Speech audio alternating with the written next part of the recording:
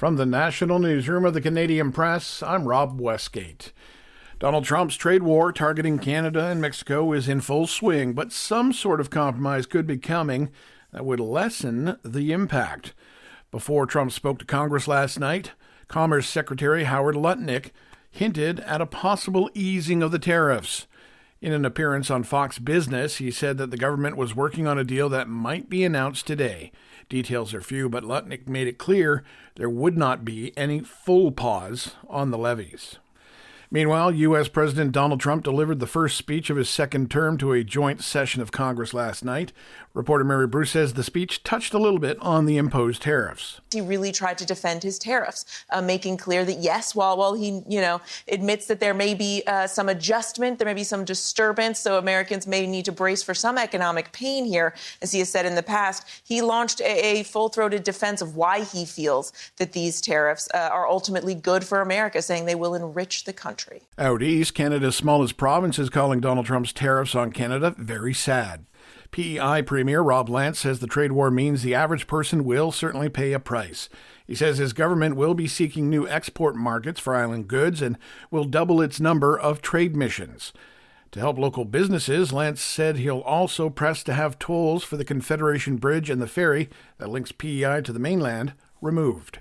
Now over to the prairies, where politicians are returning to the Manitoba Legislative Chamber today amid the economic fallout from the American tariffs, as well as ongoing challenges in provincial health care. University of Manitoba political analyst Christopher Adams says despite the economic uncertainty, the government will be expected to address health care and inflation. I think there's still the concern about affordability.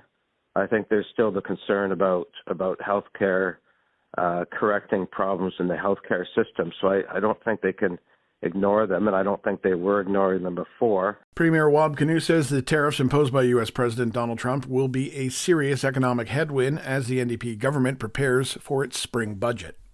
Home sales in the Greater Toronto Area fell 27% in February compared to a year ago. That's despite buyers maintaining substantial negotiating power. The Toronto Regional Real Estate Board says new listings rose 5.4% in the month, while the average selling price dipped to $1.08 million. The board says an anticipated decline in borrowing costs in the coming months should improve affordability, as some buyers are still concerned about the current monthly payments on a typical property. TREB also says macroeconomic factors, such as Canada's imperiled trade relationship with the U.S., are spooking would-be buyers who are taking a wait-and-see attitude toward buying a home. Michelle Zedekian, The Canadian Press, Toronto. This is The Canadian Press.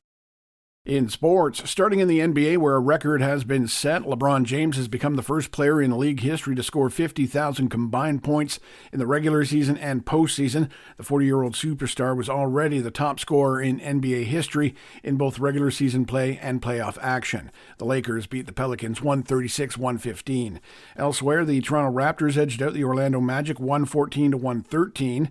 Over to the NHL, the Flames doubled up on the Flyers 6-3. Anaheim topped Edmonton 6-2. And the New York Islanders down the Winnipeg Jets 3-2. In PWHL action, Montreal and Minnesota needed an extra frame and then the shootout, but ultimately it was a 2-1 win for Montreal.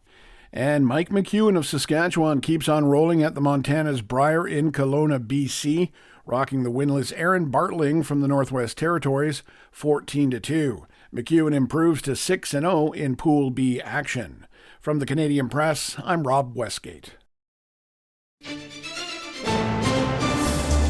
Thanks for listening. Don't forget to follow and subscribe.